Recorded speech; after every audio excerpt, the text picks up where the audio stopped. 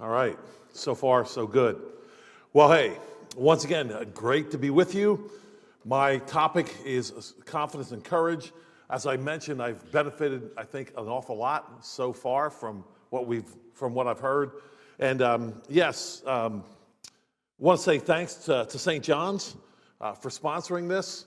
And I was reminded when I went downstairs to use the restroom that they have men's and women's restrooms here. Pleasant thing to see. I was recently in Washington, D.C. And sure enough, in the Panera Bread restaurant or whatever, there's two restrooms, and both of them have a man and woman symbol. And I may have committed a federal offense, I don't know. There may be a knock at the door. But I left, I went in and used the one restroom, and I left with the seat up. That's probably something if you see me apologizing on TV soon, I'll never do it again. But in a dumb way, I felt kind of good about that. I mean, how do you fight the beast? Oh yeah, it's pretty pathetic. I left the seat up. Anyway, it was my way. Yes, it's been mentioned, this has been good, if any man doesn't provide for his own house, he's denied the faith, or his own household, denied the faith, and worse than an infidel. And that has been talked about so far. Andrew, you mentioned that. Pretty much all of you have mentioned that.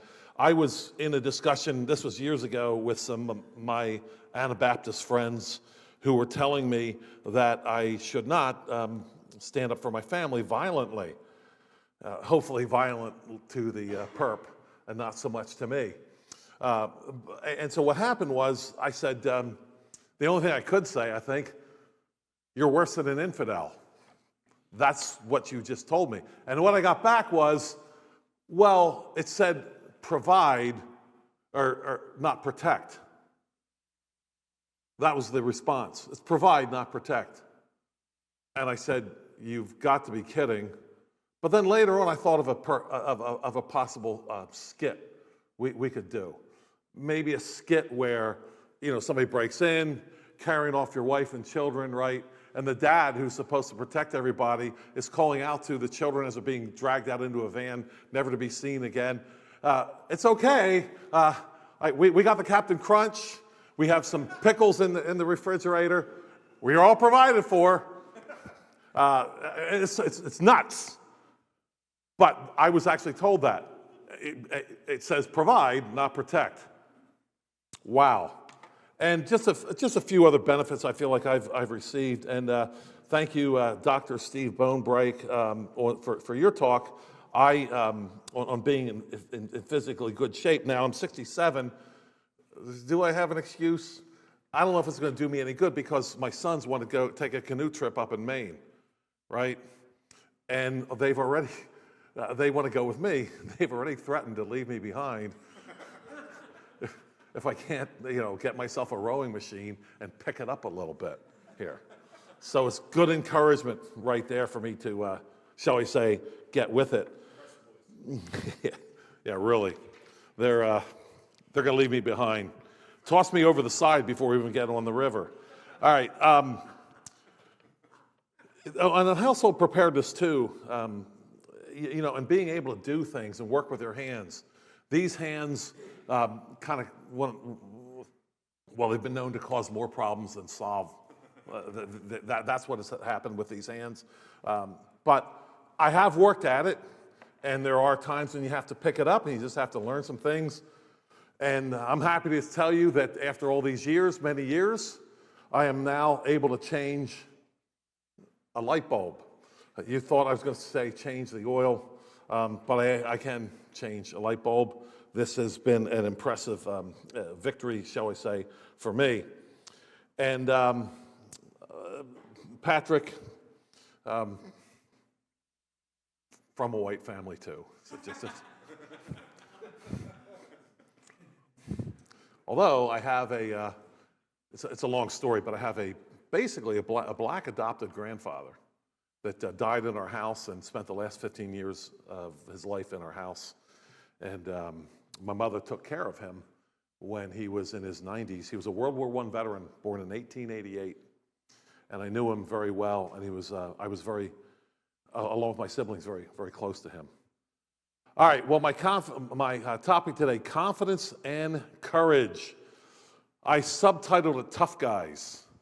Tough guys, or being tough men, is a theme in Christian circles now, especially the circles that most of us run in. What is a tough guy? What does it take to be a tough guy? What does it take to have confidence and courage? And we're going to talk about an actual definition here in a moment. Who are the tough guys? I want to introduce you. Oh, is it messing with us? It's not working, no. Here, Oh, I hate when that happens. you can use that and just slide it. Slide it? And that will change it. It'll change it? All right, With your hand, if you just slide it. like that? It'll change it. Thank you, Dennis. I'm probably the only guy in here had to have instructions on how to slide it. It was like, you use your finger and go like this. We'll see how that works out. Everybody's on the edge of their seats. Will this guy be able to figure it out? All right, so here we go. Confidence and courage. Who are the tough guys? Who are the ones who did the right thing at cost to themselves and possibly others? That's the thing, right? Anybody can do the right thing when there's no cost. The tough guys, the courageous guys, they're the ones who do the right thing when there's cost involved. It's one of the reasons why I'm not all that impressed. Maybe I should be. It's a problem for me. I need to get over it. But I'm just not impressed with an awful lot of conference speakers. Just not. Who knows what they're doing in their private lives?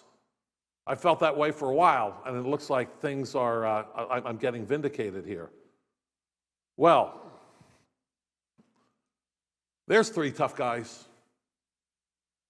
Three guys that will not bow down to that idol.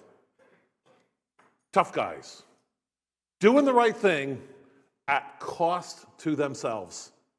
Now, we all live in 2025. We all know what the church is all about right now. Can't you imagine the conversation? Remember, there were 70 guys that were carried off. So that, if I can do math, that leaves 66, take Daniel out of it, 66 who did bow. Can you imagine the conversations? Well, the Lord knows that what's really in your heart, and you're just bowing on the outside, but you're standing up on the inside. It's okay. Look what you're giving up. That's not too hard to imagine. Tough guys. They know there's a second commandment, and they're not bowing.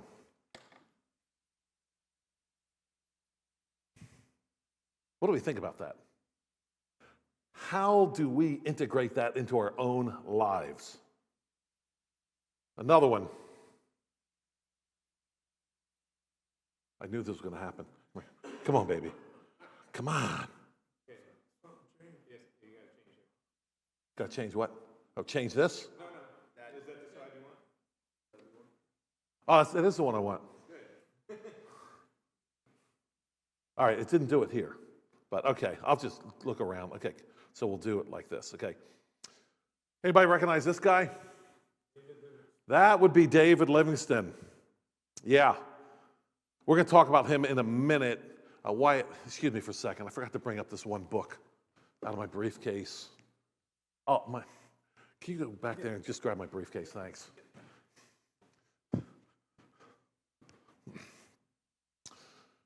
Sorry about that. Yeah, David Livingstone. If you know much about him, he was a missionary to Africa, often called the best friend Africa ever had. Thanks, Wyatt. And if you know anything about his life, he was a tough guy. There was a time when the missionaries that the church sent out were tough guys. They were courageous men. They faced down all kinds of things. Not the missionaries that we have today. I wouldn't give you a nickel for most of them, quite frankly. Most of them should not be on the field at all. Some are on the field because they can't hack it back here. That isn't the way it used to be with missionaries. And David Livingstone was one tough guy. We're going to hear a little bit more about him in a moment. See how this is working. Okay. This is another guy. I'm not going to tell you his name. We'll get back to him in a moment. The guy bowing is actually the tough guy. He's actually the courageous guy here. We'll get back to him in a moment. He is a biblical character. And there's an awful lot of men that we could mention that we don't have time to. One of the toughest guys I know in all of Scripture and all of history, frankly, is John the Baptist. Tough guy. Go back to Herod and say, you know what? You can't have your brother's wife. Can't do it. And Herod can say all he wants to about, he can do his two-kingdom theology thing, right? Well, you know, I'm king here. You know, this is the civil realm. You know, you, Jesus or whatever, he's king of the spiritual realm. I'm king of John the Baptist. You know what? This is not about some obscure theological discussion. I got a book by God himself, and he says you can't have your brother's wife. We're done talking. And I have to call Matt out on this. Matt Kenitzer and I, maybe some of you remember, we did a skit on this. Remember that, Matt? Poor Matt. He's not much of an actor, are you, Matt? Not really. Yeah.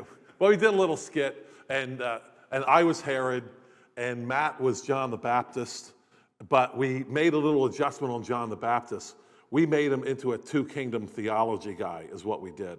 And so I, as Herod, I lectured him on his theology, on John. He says, don't tell me what I can do here. I can have as many wives as I want. I'm king here. I'm Herod. And I threw him out of my office. I said, don't lecture me. You just stick with your spiritual stuff. Stay inside your church. And I tossed him out. That was the end of Matt. Right, Matt? Yep. No more. Didn't have to deal with him anymore. Yeah. But John wasn't a two-kingdom guy, was he? No, Herod. You got a king too, just like I do. Tough guy. He knew what was ahead of him. Others, and the Bible is just so full of these kind of tough guys. Daniel, he doesn't know that the lions aren't going to chew him up and spit him out. He doesn't know that. Stands up anyway. Well, what does this have to do with all of us? Oh man, this is working great. All right. So what do we know about the courageous and confident tough guys? Just a few points here. They never had to say it. It's not what they said. The tough guys in the Bible didn't talk about how tough they were. They never had to show off. Shucks, I don't even know if any of them ever wore a flannel shirt even. Not against flannel shirts. I own a couple. But they didn't have to show off. It's not what they look like. Rather, instead, it's what they did when there was a cost. You will never know if you have courage and conviction until you do the right thing when there is a cost. That's the key here. I'm looking at an awful lot of these keyboard warriors, and you know where the cost is? Nowhere whatsoever. They sound pretty good, they sound pretty tough, no cost. And I'm not the guy who wants to introduce a cost necessarily, not really. But how do we really know? How do I know what I really believe? I'll tell you what, I can stand up and I'm a pastor and I speak, and by God's grace, the people keep coming back in spite of most of the things that I say. It's kind of amazing. They're there the next week. Pretty exciting, actually, after some of the things I say. Where's the cost, though? Where's the cost? I don't know what I really believe until there's a cost. I know what I think I believe. I know what I believe about what I believe. And I'm convinced in my mind. But if I change when there's a cost, then I don't really believe it, do I? So I want to go back to our guy, Livingston here. That's a photograph of an incident that happened in his life. Now, I brought this really dog-eared book along this morning, and I want to talk about a couple things. One of them is the book itself. Then we'll talk about an incident in the book that had to do with David Livingston. And we'll describe that here in a moment. This is kind of an important book to me. It has my grandfather's signature in it. It's a dog-eared book, and it's all apart. I don't even know if it can be rescued or not. I think all the pages are there, but you can kind of see it's pretty rough. But at the very beginning, it has my grandfather's signature in it. Now, why is that important to me? My grandfather was an artist, and there was a time in which he was encouraged to paint people without clothes on. And he wouldn't do it.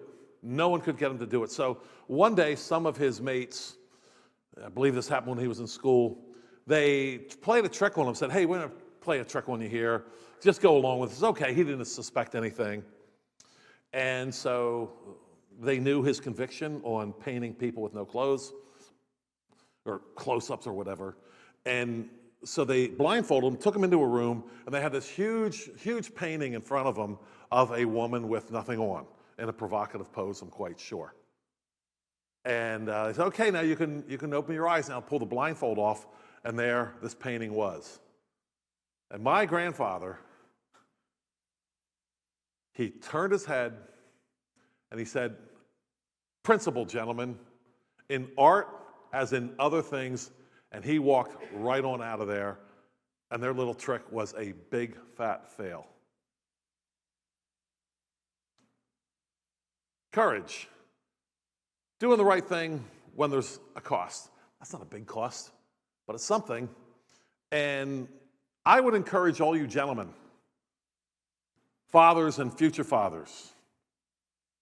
It's pretty cool for me to have this book with my grandfather's signature in it. You can't really do that with electronics, can you? So I would encourage you to consider that.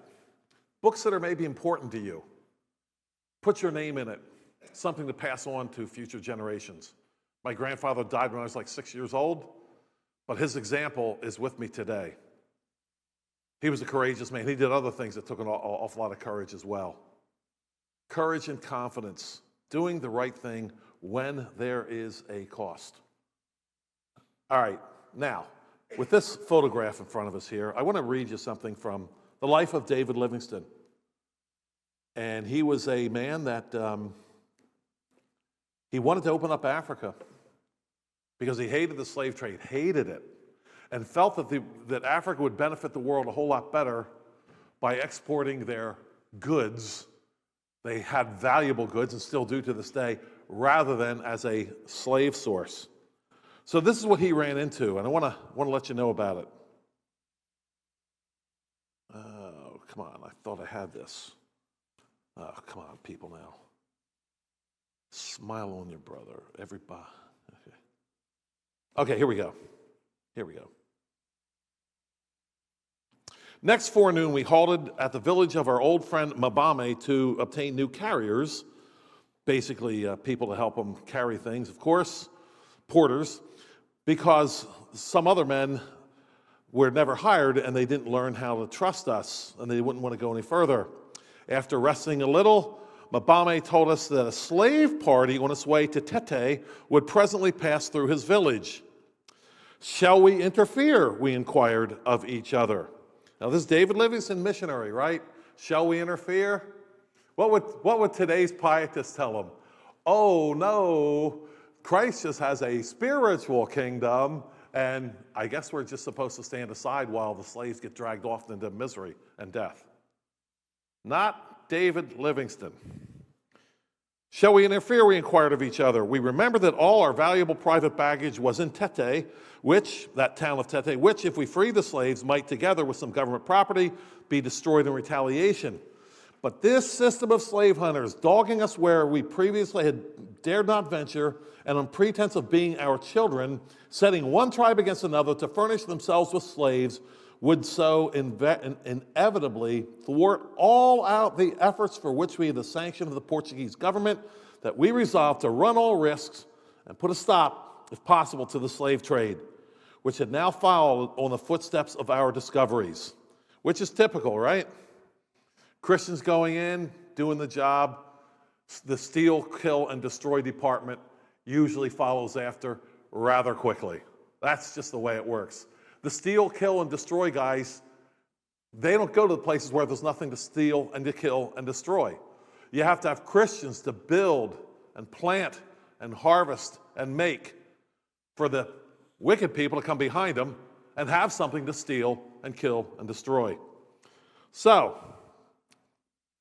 a few minutes after Mabami had spoken to us, the slave party, a long line of manacled men, women, and children, came wending their way around the hill and into the valley on the side of which the village stood. The black drivers, armed with muskets and bedecked with various articles of finery. I don't know if you can see that on the picture or not, obviously black and white, but if you look closely, you'll be able to see it.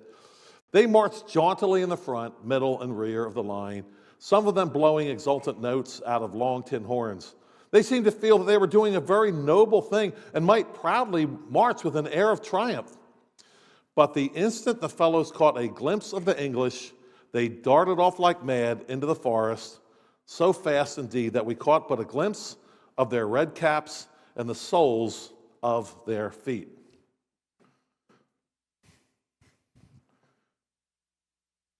If David Livingstone and his party are not already tough, courageous guys, that slave party just keeps right on moving. And nothing is done about it. Livingstone, a tough guy, a tough, courageous man, loved God, loved his neighbor. And that's a key point here, loved his neighbor. You see, all of us are real virtuous when it comes to some loving God in some pietistic way. Oh yeah, I love God, I go to church. But you know where courage and conviction usually comes in? Loving our neighbor.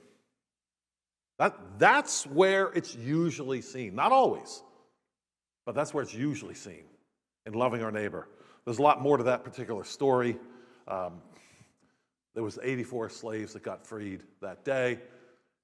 Livingstone talks here graphically about one person who couldn't keep up, and they just lopped off his head. I don't know if you can see it very clearly or not, but the man in the middle with the hat, if you can see him, he's got a musket in his right hand, and he's got an axe in his left hand. That axe is not for cutting down trees. Another woman he talks about here, she wasn't able to carry her load. You can see women carrying a load on their head and a baby at her back there on the left-hand side there. She was not able to carry both. So what do you think the slavers did? They bashed the baby's brains out right in front of the mother so she could then carry her. I mean, this is what they did. You know, it's just not going to take just any schmo to be able to stand up to that kind of thing.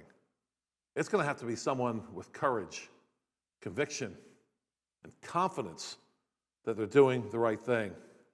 Well, I want to wrap it up here with this. Did I do that too much? Yeah. That's going to be impossible to guess who that is, I think. The man on the ground, well, your quiz question for the day. Where are we? Oh, yeah, we're good. Ah, good. The man standing is Elijah. Any guesses as to who the man on the ground is? That's a good guess. The guess was Naaman. It's not Naaman. No. Okay, so let's see if I can do this and get my, yeah, here we go. And it came to pass, after many days, that the word of the Lord came to Elijah in the 3rd year, saying, "Go, present yourself to Ahab, and I will send rain on the earth." So Elijah went to present himself to Ahab, and there was a severe famine in Samaria, and Ahab had called Obadiah, that's our guy, who was in charge of his house. Now Obadiah feared the Lord greatly. For so it was, while Jezebel massacred the prophets of the Lord, that Obadiah had taken 100 prophets and hidden them, 50 to a cave, and had fed them with bread and water. Let me know if I'm getting this wrong. And Ahab said to Obadiah, "Go into the land," good, thank you. "Go into the land to all the springs of water and to all the brooks. Perhaps we may find grass to keep the horses and mules alive, so that we will not have to kill any livestock." So they divided the land between them to explore it. Ahab went one way by himself, and Obadiah went another way by himself. Now as Obadiah was on his way, suddenly Elijah met him, and he recognized him and fell on his face and said, "Is that you, my lord Elijah?" And he answered him, "It is. Go tell your master, Elijah is here." So he said, How have I sinned that you are delivering your servant into the hand of Ahab to kill me? As the Lord your God lives, there is no nation or kingdom where my master has not sent someone to hunt for you. And when they said, he is not here, he took an oath from the kingdom or nation that they could not find you. And now you say, go tell your master, Elijah is here. And it shall come to pass, as soon as I am gone from you, that the Spirit of the Lord will carry you to a place I do not know. So when I go and tell Ahab, and he cannot find you, he will kill me. But I, your servant, have feared the Lord from my youth. Was it not reported to my Lord what I did when Jezebel killed the prophets of the Lord, how I hid 100 men of the Lord's prophets, 50 to a cave, and fed them with bread and water? And now you say, go tell your master Elijah is here, he will kill me. And Elijah said, as the Lord of hosts lives, before whom I stand, I will surely present myself to him today. So Obadiah went to meet Ahab and told him, and Ahab went to meet Elijah. This guy Obadiah, when compared with Elijah, looks kind of like you can almost look down on him, couldn't you? Elijah, the tough guy. But I want to submit to you that Obadiah was also a tough guy. You got a famine going on here. And this guy Obadiah, as Ahab's chamberlain, has figured out a way to keep, in the middle of a famine, he's figured out a way to keep these prophets alive. And we know from the passage that it was Obadiah's understanding that if Ahab ever caught Obadiah messing around, that he would kill him. No problem. He can find other servants. And yet Obadiah kept this up for possibly years, at least 1 year, anyways, as things got really bad in Samaria. So Elijah, we look at him as a really tough guy, and he clearly was. But Obadiah was too. We're told he was a God-fearing man. He wasn't as prominent as Elijah was, but he still feared God, and he still exercised courage. I know that we'd all probably like to at least die like Elijah, get carried up alive to heaven. Living like him, well, maybe not so much, but we still see him as a hero and a really good guy, which he was. Maybe you and I can't be Elijah. We can be Obadiah, though. We can fear the Lord, and we can make the decisions, the small decisions we have to make every day that take courage and conviction. Sometimes those decisions are so small you can't even see them, or someone looking can hardly even see them.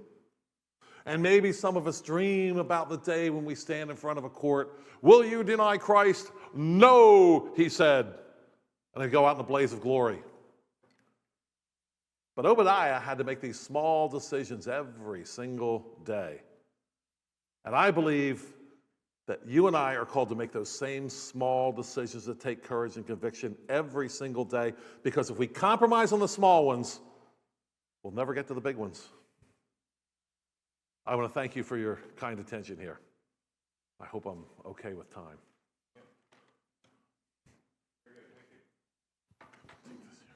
We only have a couple minutes, but is there anybody who has any feedback or thoughts on this topic about courage and confidence?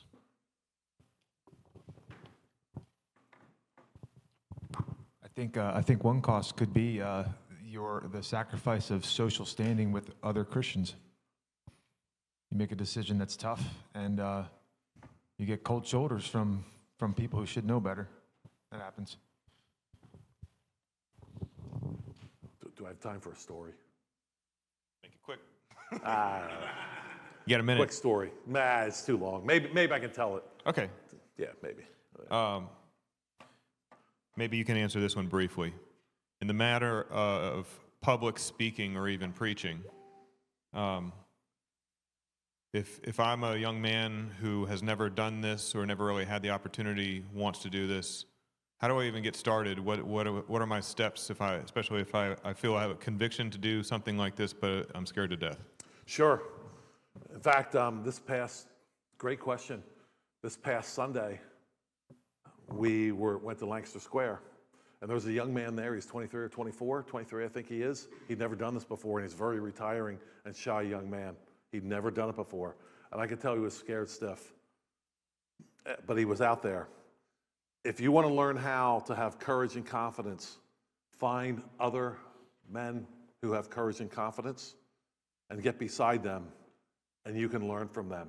You don't have to be retiring all the time.